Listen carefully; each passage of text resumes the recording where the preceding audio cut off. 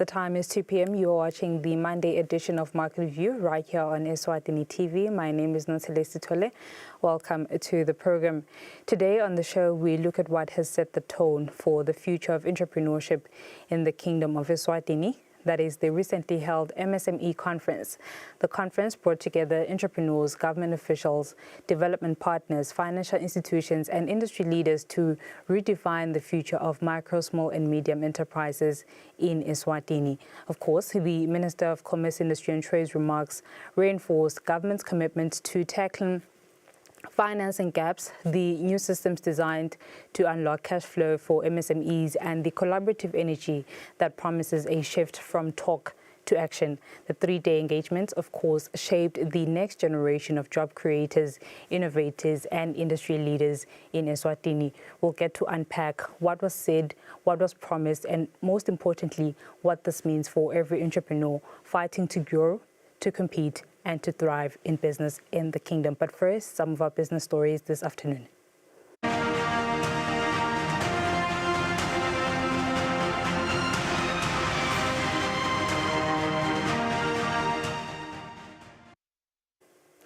In our business news, entrepreneurs can now access loans of up to 250,000 emalangeni through the Siyacatfuta product offered by the Center for Financial Inclusion, with disbursements facilitated by FinCorp.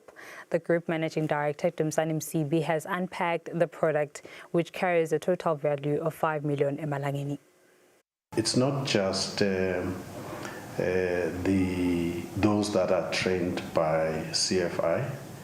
Even individuals who are now aware of this fund can approach FinCorp to access this fund under the CFI.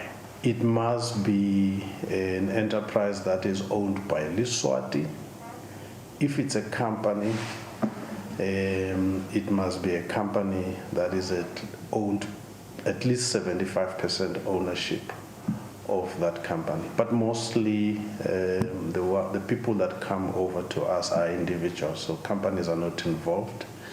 And then the maximum loan amount at the moment is 250,000 emalangeni. We do not support enterprises that are bigger than 250,000 malangeni in terms of requirements. And the loan duration also does not exceed 24 months. So if and when you approach us, make sure that your enterprise can service this debt within 24 months. At the end of the day, we're financing sound and viable proposals. So clients must satisfy themselves in terms of the viability, in terms of markets. Do you have a secured market? Most of these enterprises so far that we have seen are skewed towards agricultural activities. We have no problem with that. We would want to diversify. But they must make sure that the market is secure for them to be able to produce and supply.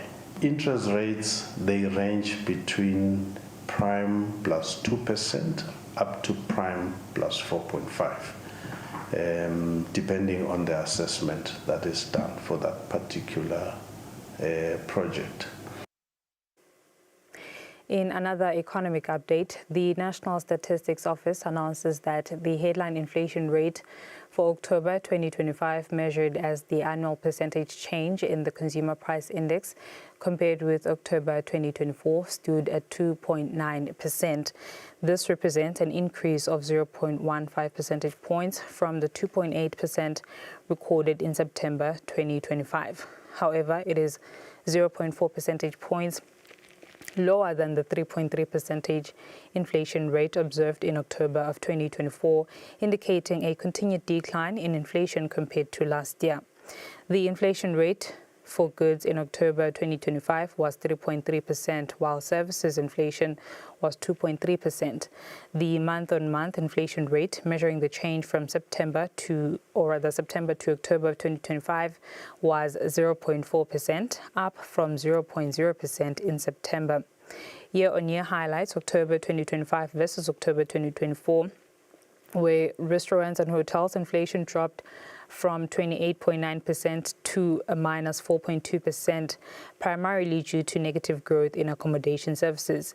With regards to alcohol, tobacco and narcotics, inflation rose from 3.8% to 13.8%, driven mainly by stronger prices for spirits and beer. With regards to health, inflation declined from 6.7% to 3.5%, reflecting slower growth in medical services and pharmaceutical products. Month-on-month highlights, October 2025 versus September 2025. Restaurants and hotels, inflation fell from 0.8% to minus 4.1% due to negative growth in accommodation services. And with regards to alcohol, tobacco and narcotics, inflation increased from 0.0% to 3.0%, mainly driven by higher prices for spirits. And with regards to recreation and culture, inflation rose from minus 0.6% to 0.8%, reflecting higher prices for pets-related products and stationery. These statistics indicate that the decline in overall inflation compared to last year is largely due to lower price pressures in the restaurants and hotels and health categories. And that is your business brief. This afternoon, Market View continues after this.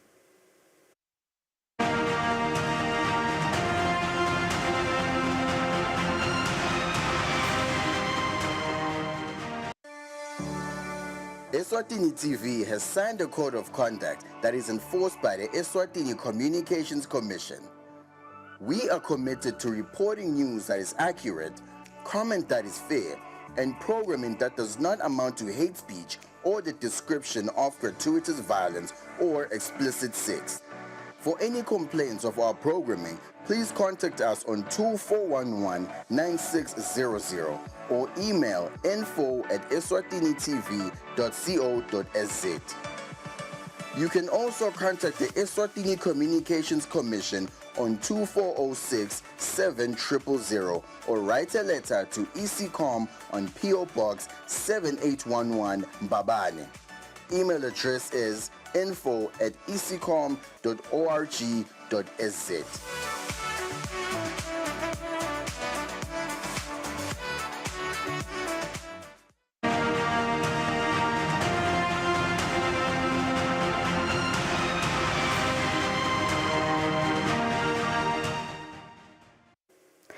Welcome back. You are still watching Market View right here on Eswatini TV. On to this now. The Ministry of Commerce, Industry and Trade, working with key partners, last week hosted a 3-day micro, small and medium enterprises MSME conference to tackle the real challenges facing small businesses and chart a path for growth. Among the major announcements were a new hotline for MSMEs to report delayed payments from suppliers and an African Alliance initiative offering to pay outstanding MSME invoices for a small service fee. Joining us to unpack the conference resolutions and share what is next is SEDCO Chief Executive Officer K2 Mhlanga. Good afternoon. How are you doing? Good afternoon, Ms. Tole. Good. Glad to have you in studio. We'll get to it. So perhaps you could share just an overview of some of the key resolutions that emerged from the conference. Some of the key resolutions that came out is the issue of the environment for our MSMEs. They want a conducive environment, which means that they want to have access in terms of our local markets as well as outside markets in terms of global trading. They also want access to finance. They also want infrastructure that speaks to them as SMEs. They want also to be considered in terms of the digital transformation space, consider their businesses in that space. So it's a lot that needs to be done in terms of the outcomes that have come out. All right. With regards to some of the challenges that you have mentioned, access to finance and late payments and, many other bottlenecks, they are not new. Why have these persisted for as long as they have for, these number of years? What has happened is that we haven't had any proper, I would say, ways of addressing issues of access to finance, as well as of having the issue of late payments being addressed accordingly. When it comes to access to finance, what we've had is the traditional way of doing business over the years in terms of access to finance to our commercial banks and our developmental financial institutions. And yet now there are new ways of doing business in terms of how can you get finance. We've had the right schemes. We have funds all over the place. We have the youth fund, we have the agricultural fund, we have the revolving fund. So the funds are there, they are available, but our SMEs are still seen as a risk. So they don't have the proper capacity to access, which comes to issues of having a proper business plan. Is it viable? Is the model of your business that you're running going to actually have profit? We know banks, they're only interested in profit because the money really is not theirs. It belongs to the customers, so they cannot easily give it to our entrepreneurs. So now there are new ways of doing things. We're saying to our entrepreneurs, consider other ways of getting finance. There's now crowdfunding. There's now the stock market where you can list your company and raise capital through those platforms. There's also the issue of just being able to have a business plan that speaks to the actual business that you have. Some entrepreneurs are not even familiar with their business plan. They'll get somebody to do it for them and they won't understand it. So when they come and present it to the financer can clearly see this person doesn't know much about what this business plan actually means for their business. So they need that capacity building to be strengthened. Those are one of the things. And then in terms of now the issue of payments, it's really, I would say, it's something that government has been trying to address. We've had the element of saying government at the moment might not be able to pay because maybe there's issue of liquidity. But there's also an element whereby we find ourselves having entrepreneurs having their invoices and Ministry of Finance will announce that payments have been made to all MSMEs, but some will be left behind. And what is being perceived now is that their invoices, it means they're being held somewhere. So we need to get to the root of that. Where are they exactly being held? If Ministry of Finance is saying funds are available and we've paid all MSMEs, what's the challenge now? So now we have opted that, okay, let's have a reporting line within SEDCO, where they will be able to report if their invoices have not been paid. They could be reporting government, they could be reporting parastatals, including SEDCO itself. So if we're also owing reporters, they could be reporting the private sector as well, because we also have the element whereby our SMEs, they would provide services to the private sector. And then there's the element that they're not being paid on time. There is that 90 days allowance for payments. And for a small company, 90 days is a lot. And you'll find that then they will go under because they don't have money to restock because of that. So now with the element of saying, okay, report to SEDCO, so we find where exactly is the blockade, where is the red tape, and we'll be able to then follow it up and submit it as well to the ministry. This basically eliminates even issues of corruption. Let's say your invoice is being held by some accountant somewhere waiting for a kickback, basically. We would have addressed that element, because now it would have been something that is in the forefront, that here's my invoice and it has not been paid because of A, B, and C. Right. Yes. We'll get to how the reporting line works, but you've just mentioned some of the challenges. Let's talk solutions. Given the resolutions brought to the table, what are some of the new approaches that we can say are being introduced or being brought to ensure that some of the challenges, the existing challenges, some of the bottlenecks are actually resolved? Okay. Just an overall, not just only on the access to finance. We have one in terms of the regulations themselves for our MSMEs, the space that is being created now that, for example, with the Citizen Economic Act, that now we'll have sectors that are reserved specifically for our MSMEs. And the regulations, once they come out, they will be clear on how those spaces are reserved for our MSMEs. And then when it comes to access to finance, again, it's the element of now introducing our entrepreneurs and capacitating them on the new ways of doing business, accessing crowdfunding, making them understand that being in business also means networking. Your business is all about also considering the social aspect of it, because there are some funders like the venture capitalists and your angel investors. They are more concerned about how you run your business. Is your business contributing to the economy? Is the business contributing to your community where you are? Are you considering issues such as governance? So how do you treat your employees? You know, how do you treat the environment? You know, issues of sustainable development. So you'll find those angel investors who are willing to support your business because of the way you are managing your business in your community as a social enterprise as well. And then there's the element of, okay, you don't have market access. We're speaking market access within the country and then market access outside the country. If you don't have market access in the country, there's an issue of us speaking to our retail for them to consider local produce goods. But it also means, how are we capacitating our entrepreneurs to actually meet the quality and standards for their goods to be acceptable in our shops?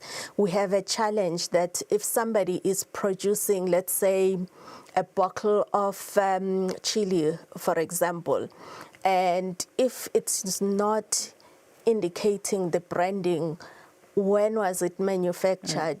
When does it expire? What ingredients are in there? I cannot put that on the shelf for the public to consume. Was the product tested? So there's a program currently ongoing at the moment for MSMEs, which is on the certification. We're starting with the local one for, it's called Ingelo certification, which we're working with Eswatini. And with that, it's basically ensuring that their products are certified and they are for consumption as well for our clients, the public in Eswatini. And then take them to the next level now. How do we get them to be export ready? We have markets available. We have markets within SACU, we have markets within SADC, we have markets within the African Continental Free Trade Area, even the EU and the AGOA and UK, but we never fully utilize those lines.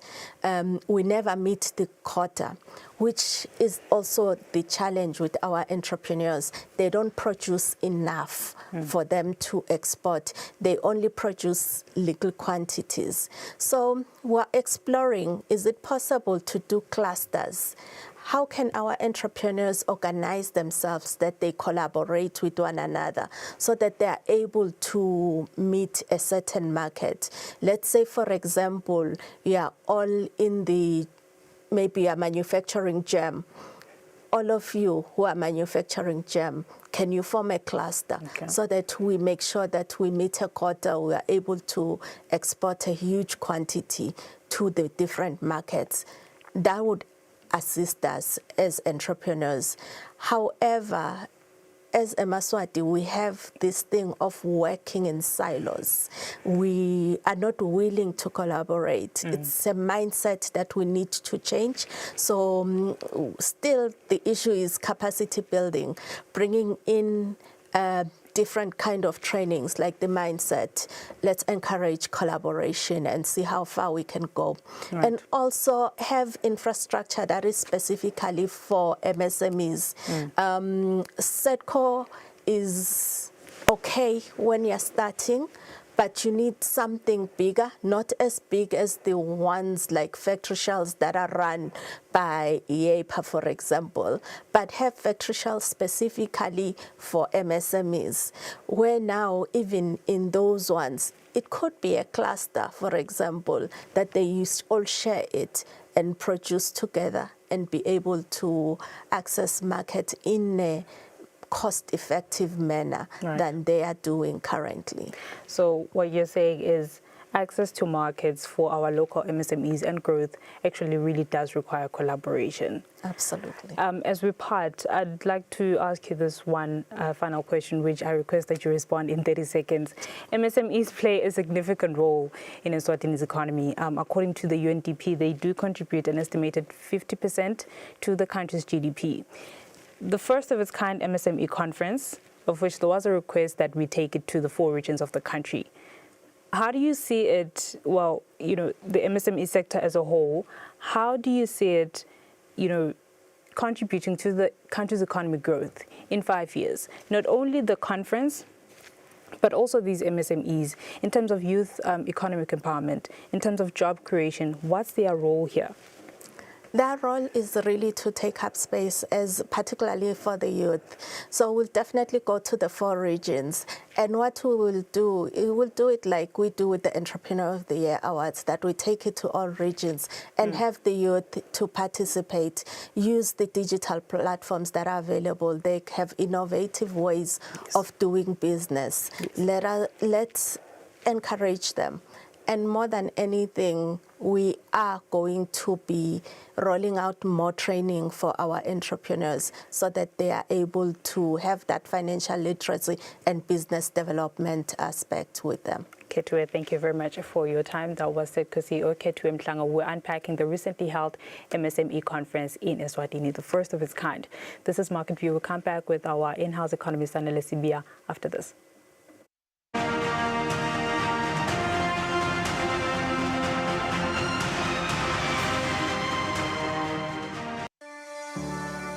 Eswatini TV has signed a code of conduct that is enforced by the Eswatini Communications Commission.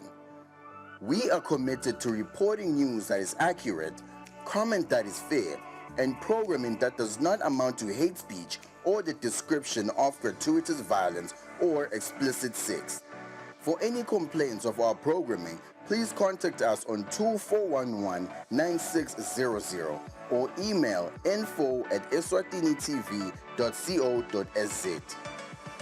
You can also contact the Eswatini Communications Commission on 2406-7000 or write a letter to ECCOM on PO Box 7811 Mbabane. Email address is info@ecom.org.sz.